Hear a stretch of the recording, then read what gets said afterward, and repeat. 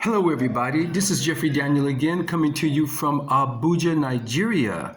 Today is October 26, 2020. Okay? Now, listen, before I get into today's topics, I'd like to just thank everybody who sent me messages, all my family members, all my loved ones who sent me messages for my concern and my safety here. But you guys can rest assured that I'm safe here in Nigeria. Things did get sticky. Yeah.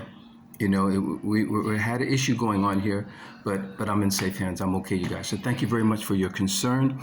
And I would also like to extend my most sincere condolences to any of the victims and the families of people who have lost life during the tollgate protest, and to any of the shop owners or businesses or homeowners, anyone who suffered any damages of property and any loss of goods and things like that. It's just like a lose-lose situation on both ends, you know, a loss of life, a loss of property and businesses. And in fact, while we're on the lockdown and while the economies have dropped and while people are suffering, this just compounds the suffering, because now they have to go back because of the transportation systems that were vandalized, banks. They're pretty essential businesses that were being decimated. So that set everything back again some more. So now the economy has to catch up with that, as well as catching up with the losses from the COVID-19. So you see how the whole thing has been exasperated by compounding more suffering on top of more suffering. But the greatest loss, of course, is the loss of life. And so my condolences go out to all those people, okay? So, but I'm sure the Nigerian government and the people of Nigeria and the protesters and the people, they will come up with an amicable agreement on the table that everyone can agree with and, you know, be satisfied with. I'm sure they're working on it now. So I think the worst is over. So, and you know, when things come out on the news, especially when I saw the reports on CNN News, things get over sensationalized, even though no doubt we did have a major crisis on our hand, but they really like to lean into really the negativity of it and make it even more than what it is. So, you know, we have to be careful about that, okay? But what I endeavor to do, I like to take a moment to go outside of the high tensions and the frustrations that are running high with people's mind. And I like to get to the real root of the problem, not just feed into the tension and the frustrations, okay? So in my mind, if you only address the consequential results of a condition, you'll never eradicate the core problem. You see? What I mean by that is, like, if you're just weighing in and joining in on the complaining and the finger pointing and the blaming only, that's what it is, and you're always going to stay there. I like to try to get to the root of the problem. So these issues of conflict that are just a byproduct of a bigger infection that continues to fester and inflict pains on our society unless they're properly diagnosed and cured. So what I'd like to do is to help remind us of why such horrific events continue to plague our society, and hope that we can finally come together and face the uncomfortable truths and vibrate together on a higher frequency of love and unity among each other. You see? So this is what I want to theme this post is called the uncomfortable truths. And these are what I want to deal with, because we have a lot of uncomfortable truths. So I thought it was time for me actually to really respond to what was happening in America, because, you know, getting closer to the US election, but it would be remiss of me not to address what's happening here on ground in Nigeria, where I am. And I have to address this with extreme caution. You have to understand that, because I'm not a citizen of Nigeria. I'm a resident, okay? But I have a major investment in this country, in my newborn daughter. That is my major investment in this country, and concern for her and her future, as well as the future of this potentially magnificent country. That's my investment here. And that's why I feel compelled to weigh in and give my perspective on what's going on. But I have to proceed with extreme caution, because you have to take care of what you say and how you say it. And I'm not one to jump on the blame game, even though there are people at fault, there are forces at fault, there are entities at fault, but it's not about just finding the fault. But if you follow me with this, we're going to get to the crux of this, okay? All right.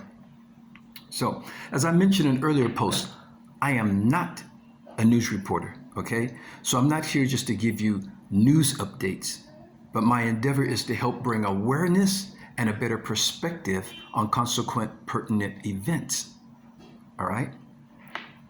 I tend to use my perspicacity, and I like to stay on the peripheral of matters. Then I like to get a bird's eye view of any subject to objectively and critically analyze it in order to ascertain the truth and the best resolutions. I like to offer possible resolutions and resolve to our problems rather than just complain and exasperate the issues. And that's what I'm here to do. That's what I'm trying to do. So if you kindly indulge me, let's deal with our uncomfortable truths. Now, I'll ask you to follow me to the end of this, because I may have to paint a wider picture in order for some of you to be able to grasp the true meaning of my dissemination, okay? Excuse me. It's my water. I gotta wet my whistle. There's a lot going on, you guys. Gotta turn this down. Make sure that I got the sound off. There you go. All right, there you go. Sorry about that. Another thing I'd like to point out, we all have to be very, very careful nowadays from the information we're obtaining from social media. You see, we're now living in an age where anyone has the ability to post misleading information with little or no accountability. I recently just heard the term genocidal propaganda. Okay, that's deep. Genocidal propaganda. So you see, once posts go viral, they're driven by these algorithms, and they automatically distribute content to users who share relative interests. So I urge you all to please verify and get fact checks on whatever information you see before you get caught up in the hype and invest your emotions and possibly your reputation into something that may be false and misleading. So we have to be careful of all the information that we're getting on social media, because there's so much, it's running rampant with just fake news, misleading information. I don't know why people do this. I don't know how people get a kick out of, misleading people, but people come on here to do that. I don't know, trying to get hits, trying to get followers, and you can put people in danger doing that. But apparently they don't care. All right, so I'm going to say some things going to throw some people off. You might get thrown off. But as I said before, I don't mind stepping on toes, because sometimes stepping on toes awakens people to reality, okay? So, bear with me. If you are a black person, and I hate the misnomer, but for the sake of argument, if you're a black person, if you're an African, if you're a person of color, you should actually hate America and Nigeria. Okay, I know some of you are going, whoa. No. Think about it. If you're a person of color, a black person, and a native person, you should actually hate America and Nigeria. First of all, you have to realize that both America and Nigeria are not even countries. They are enterprises, both created by the British for the British, with very little or no regard for the indigenous people. In both America and Nigeria, the native people were invaded by the British Crown and colonized and brutalized by the British government explicitly for the enrichment and prominence of the English investment. Setting up American government on American soil in 1776, then the Nigerian amalgamation in 1914 on West African soil. So why am I bringing up these well-versed historical facts? Because what we are experiencing today are continuous ripple effects resulting from the aftershocks of these horrific and illegal occupations of social transformation. You see? So I'm getting to it. I know you guys really want to hear about the burnings and the rioting and the shootings and things like that, but I'm going to get to why these things are still ongoing, okay? So I know some people might say, well, that was a long time ago, so why you keep bringing that up? Whatever we talk about, the things that set our conditions into motion, we're always told that's a long time ago. But the Jews can continue to make movies and talk about their Holocaust. They have Holocaust museums. Other people can talk about their suffering. But when we talk about ours, we always get the, why you keep bringing that up? That's a long time ago. Well, to be honest with you, how long do you really think 200 or 400 years ago is? It sounds like a long time ago because of the numeral digits. But when you look at it from a generational aspect, it's not really a long time ago at all. You see, my grandmother was born in the late 1800s. My mother was born in 1929. I was born in 1955. And now my newborn daughter was born in the year 2020. You see, that's covering 3 centuries right there. 1800s, 1900s, the 2000s, into the 2020. Maybe my daughter will live into the 2100s, I don't know. But so you see, when you look at it from a generational aspect, it's not really that long ago. So, okay, put it like this. Let's say that someone shot you in your back and you're paralyzed for life. And you're wheelchair stricken for the rest of your life. You're in a wheelchair, okay? So at what point do you forget about what happened to you? But yet, you're just going through life. You still have to deal with it on a daily basis, trying to get on with your life as best as you can with your handicap, dealing with your handicap, being paralyzed. And on top of it, seeing your assailants prosper around you, guilt-free as though nothing happened. People, Black people, African, indigenous people of West Africa and North America, that's exactly what we're doing.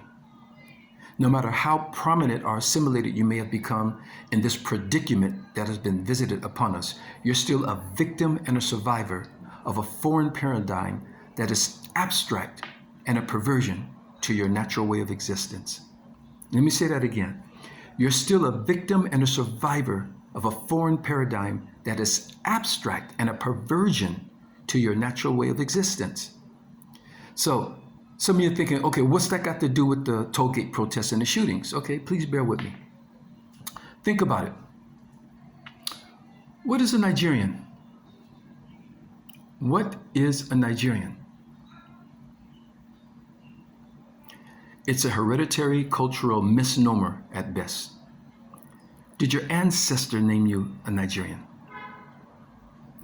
Did your ancestors create Nigeria? You see, Nigeria is really a multicultural ethnic amalgamation, and it's called Nigeria, and it only exists as a label. It's a British construct that was forced upon a series of magnificent empires. There is not and never was a true national bond of pure patriotic unity that evolved from the hearts of you indigenous people of West Africa. We've been so inculcated into their indoctrination for what it is that we've forgotten why it is. You see? Because it was never for us. It was never for you. Just look around you. The blacks in America, after 400 years, still begging for equal and civil rights. You see, people don't react to change in real time. But after 400 years, damn, and still chanting, no justice, no peace, Black Lives Matter, we shall overcome, So when do you suppose things are going to matter? Another 400 years in the year 2420 or what? Maybe, possibly, hopefully. We're always waiting for things to change. We're always championing for things to change. This is getting tired, you guys. I mean, how many centuries are we going to continue championing for things to change? And I'm talking about on both sides, on the American side and the African side. So what you're seeing now in Nigeria is an ongoing struggle of a people comprised of various cultural groups, various languages, various religions and spiritual systems still trying to conduct themselves in a British paradigm, regardless how independent you think you may be. And ironically, Nigeria just celebrated its 60th independence this month, October 1st. It was the Independence Day for Nigeria. 60 years of independence. Now, I don't mean to ridicule it because I know they're proud to have a sovereign government nonetheless. But besides its customary military procession and the acknowledgement, what was there really in your hearts to celebrate? Still being alive? Surviving? Perpetual nonstop adversities? You know, there may be a physical independence, but there's still a sense of an economic civilization, or colonization rather. There's still an economic colonization keeping us dependent on the British and Western nations. To today, they've never, ever, never, ever, never, ever, ever, ever, ever, ever intended for any African nation to independently prosper. And that's the God honest truth. They still consider Africa as their personal treasure chest. I can tell you from experience that the only time Nigerians really consider themselves Nigerians is when you meet them overseas, because they travel with their Nigerian passport. And you meet them overseas, like I used to meet them in Japan, I used to meet them in the UK. Oh yeah, I'm Nigerian. And they're proud. The Nigerians are very proud people. I like that part. They're very proud people. But when they return home and they're on home soil, they become Yoruba, Igbo, Hausa, Fulani, Ijao, Edoma, Kalabari, Benin, Igala, etc. I don't know all the ethnic groups, you guys, so I'm still learning. But honestly, when they're here, they are recognized and members of, they have their own languages, they have their own culture, they have all that, you know. That's who they really are culturally. As much as the British are proud to be British, or the Chinese are proud to be Chinese, the Yoruba are proud to be Yoruba, whatever reason to be, you know. The Hausa are proud to be Hausa, the Igbo are proud to be Igbo, and so on and so forth, you know. It's not a united patriotic, how to say, front or, you know, conglomerate for the Nigerian flag, unless there's an occasion for it. You know, shall I say solidarity? I was looking for the word.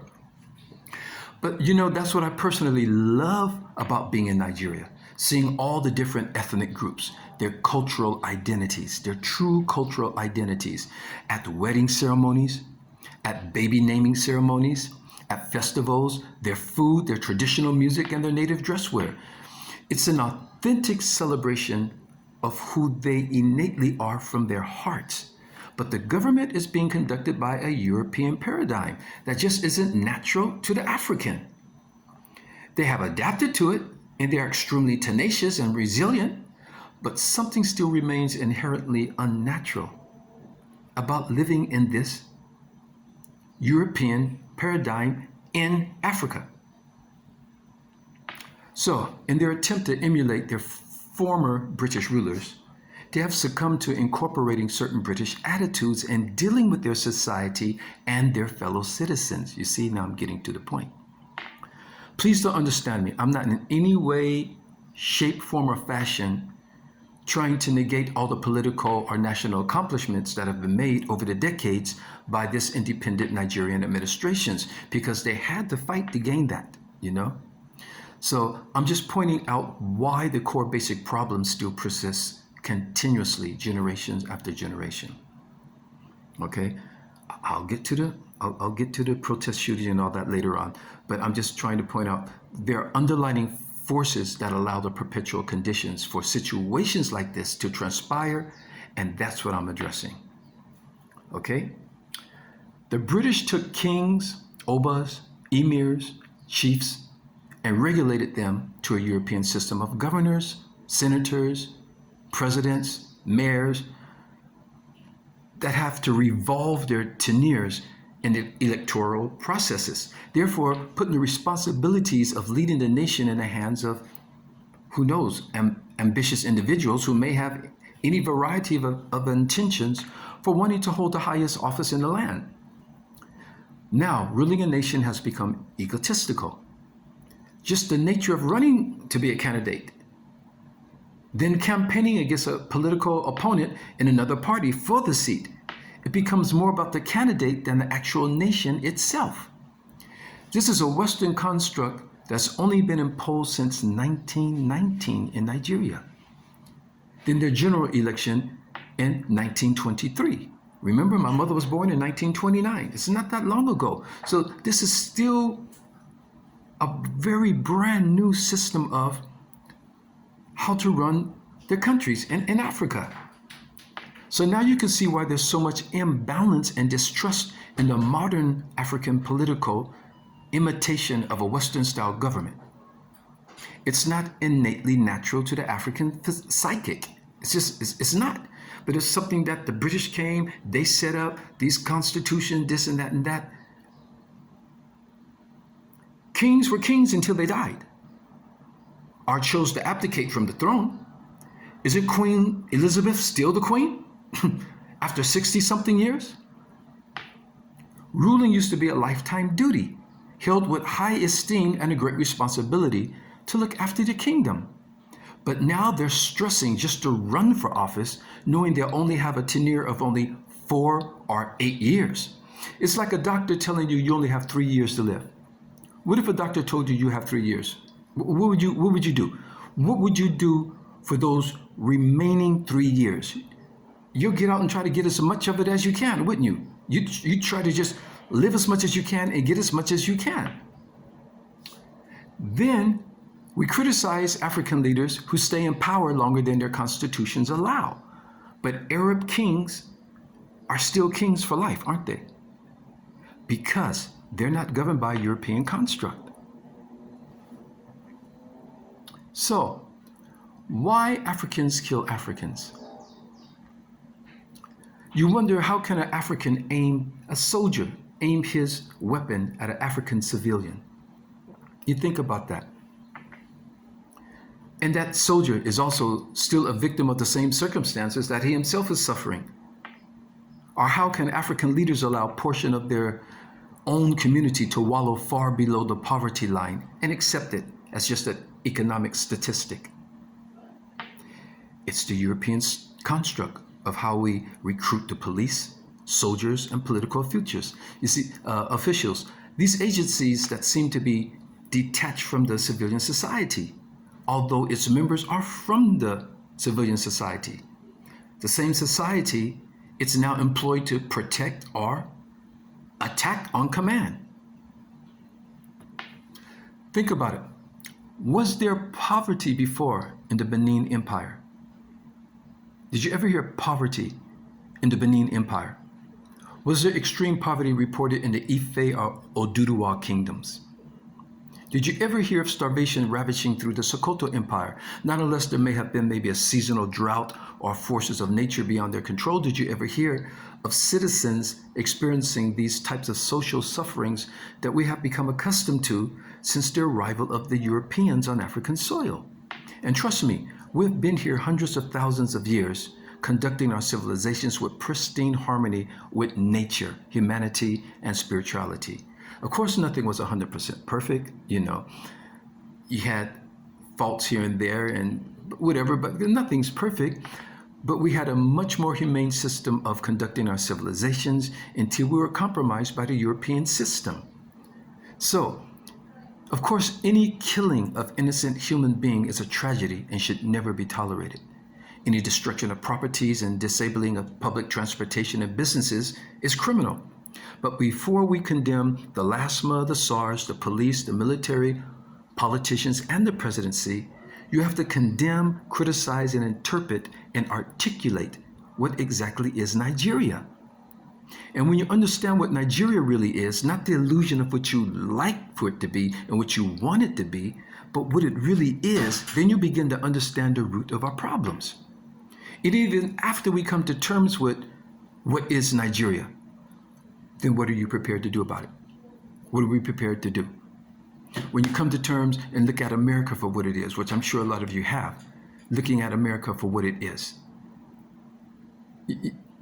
But what are we prepared to do about it? We're going to spend the next how many decades, a century, tripping over trying to get it right. The uncomfortable truth. The uncomfortable truth is we have adapted to perverted priorities. We have adapted and become complacent with perverted priorities. So now it's acceptable to steal from each other, murder each other, rape each other, oppress each other, and disregard our own ancestral heritage and traditions in favor for a foreign way of living. We now place money and material possessions above human life. And this is what's sad. We put money now and material things above family, above friends, above religion and God.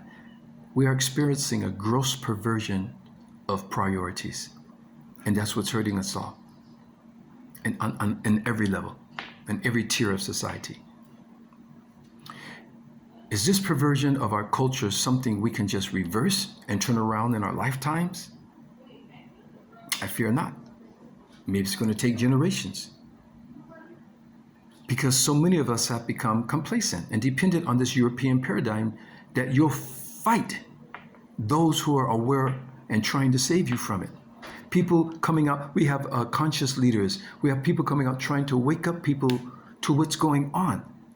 And these people will stand tooth and nail, toe to toe with you, trying to defend this paradigm that they've gotten caught up into because it's just become normal to you. But at least we can recognize the problem, then begin to address it and set in motion a movement that our future generations can continue to prosper from.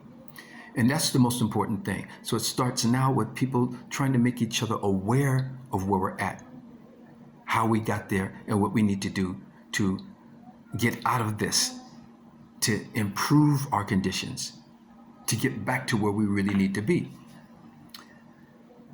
At some point, you proud and majestic people of color who reside within the confinement and borders of this country called Nigeria and America have to unbiasedly accept and embrace each other regardless of religious and ethical variations. And that is a tall order to fill. It really is, after allowing such separation to come between us. Okay, think about it. Can I just go to Asia? Can I take China, Korea, and Japan and suddenly tell all of them to be one nation? From now on, you're one nation and give it a name. It'll never work. Within China itself, it has various different ethnic groups and many different languages. Korea has been split in two between North and South, but they speak the same language. And then Japan is another totally different culture. So how do you take these abstract cultures and put them together and say you're all one country now? Well, that's what happened here in Nigeria. We had the Sokoto Empire. We had the Kalabari Empire. We had the Benin Empire, the Ife Empire, the Oduruwa. I mean, there's some that I'm not aware of, that I might be skipping over, so forgive me. But the point is, you get the point. They took all these separate empires and drew one big circle and said, you are now Nigerians. That is still the basic core problem of the socio-political landscape here. Because if someone from the north is elected to president, then other ethnic groups feel uncomfortable. If someone from the south is elected, the other sections feel uncomfortable. You see, so it was designed to always keep us at each other. It was designed to always keep us at each other. It's the same thing they did in India. They took the northern portion of India and set it against the rest of the country. They helped keep it in check for them. Same thing they did in America, So this is their game, divide and conquer. And we fall into place with it because it becomes a system for us.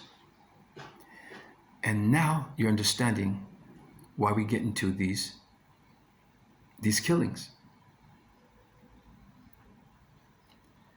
For an African to point a weapon at another African civilian, not even in a war situation, not even at war, a peaceful situation. How can he feel justified in doing that? How can a person feel justified doing such a thing? even with the whole Boko Haram and all these other issues. Let me tell you guys something that really, really bothered me. And I try to handle this subject with kid gloves because I know how people, because, people have their convictions and all that. And so I try to deal with religious issues very cautiously, but you have to deal with it because we're dealing with them, whether we talk about it or not, we're still dealing with it. But let me tell you guys something that really disturbed me. I'm in Africa, and to hear an African man say that another African man is not considered his brother because they don't share the same religion. I walked away from that really disturbed because if we don't have unity among ourselves, then what do we have? You're not born into religion. We're born into spirituality because spirituality is what got us here, and that's what we have, spirituality. But these religions that have come up over the past 2,000 years, the Abrahamic religions, Judaism, Christianity, Islam, Buddhism, whatever. You're born African and you would die African. Nothing can change that. You can bleach your skin, you can perm your hair, you'll still be African. But you can choose a faith. You can choose a religion. If nobody gave you that book, if nobody told you about it, you never would have known. And for people to let religion divide us, but yet we profess the love of God,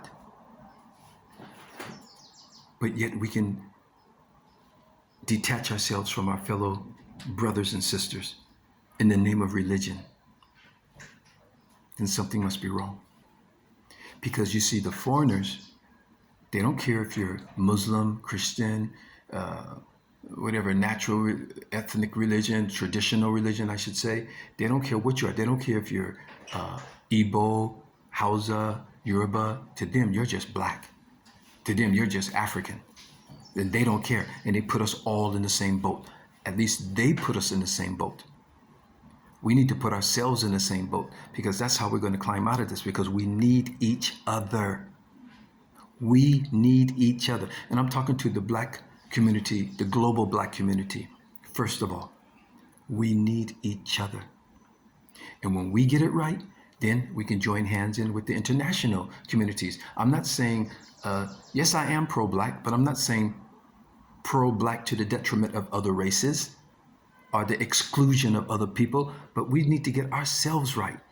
Here we are sitting on the world's greatest resources, being grossly mismanaged and controlled by the Western world. In America, a country that we helped build physically, and ingenuity-wise, we helped build that country. We constructed and built the White House, and they call it the White House. I'm not going to go through all the contributions that we've made, the inventions that we've made, because you guys know those things. I did that in another video. I can if you want me to, but our contributions to the American and global society are just innumerous. But what do we own in America? How much land do we really own there? And now here we are in Africa, standing on top of some of the world's greatest resources. Because the future is AI, right? And in the future is all this digital and high tech and nanotechnology and quantum physics and all this. This is supposed to be driving the future. Well, the minerals to drive all of these things here in Africa. The most abundant supply of the minerals for all these things are here in Africa. So that's why the Chinese are moving in now. Everyone is taking full advantage of Africa and its resources except the African people. And this is something that we have to change. And until we get right by ourselves, until we treat each other right, until we look at each other like we're brothers and sisters, regardless to whatever ethnic group you come from, whatever religious faith you believe in. If you believe in a creator, then fine. So if his name is Allah, if his name is Jehovah, if his name is God, whatever. But if we believe in the same creator, then what is the problem? Why can't we join hands? And I know some of them do. Some people are, trans-religious. What would the word you say? Bipartisan with religions or whatever. Some people really don't mind. There's a lot of people who don't mind, but there's some people who really take it to heart. Are against different ethnic groups. And these divisions, we have to tear down these walls of division, you guys, because if we don't get it together, it's all going to get lost. So I like to just say that I'm very proud to be here in Nigeria. I'm proud of the great things that the Nigerians do. I'm proud of the great things they do, because when they're great, they're great. And I hope that we can resolve this issue that's going on from the toll gate protest. Some people took advantage of the protest and infiltrated it and just went out and started burning and looting places, banks, the brand new bus terminal in Lagos. Oh my God. And it takes so long for these things to come about. And now that you've destroyed it, how much longer will it take to rebuild and replace these things? It's not easy, oh. It's not easy, oh. So we've taken major steps forward and major steps backwards. And now we've got to catch up. We're back. We're playing catch up in the middle of this whole economic crisis from the pandemic. So I just like to say to everybody, please take care of yourselves, okay? Once again, my condolences to those who have perished and lost their lives during these crises, people who have lost property, people who have lost whatever. I give you my condolences. And I'm sure we're going to come through this, because we're very resilient people. But we shouldn't have to be going through things like this. It shouldn't have to be. So wherever you are in the world, I would like to wish you love, peace, and happiness. As I always say, spread the love. As I always say, let's make love great again, because if we make love great again, we will all be great, right? Okay, I got my lockdown beard. I'd like to thank all the people who leave comments for me and giving me your feedback, and just for following me, just for listening to me, because we're all in this together. So I'm still riding with you. That's why I keep in my beard there, and I'm still doing these posts to let you know that I'm still riding with you, okay? You are not alone. I am here with you. Okay, I won't do that. All right, so, but, I just wish the best for everybody. Still take care of you guys. Wear the mask when you have to. Still protect yourself, because now the surges are going back up again. And let's hope for the best with the elections that are coming up in America. The U.S. elections are coming up. So let's see what happens there, okay? But in the meantime, we got to put Nigeria back together again, the things that have been dismantled. And I'm sure we'll get through this, because they've gotten through worse.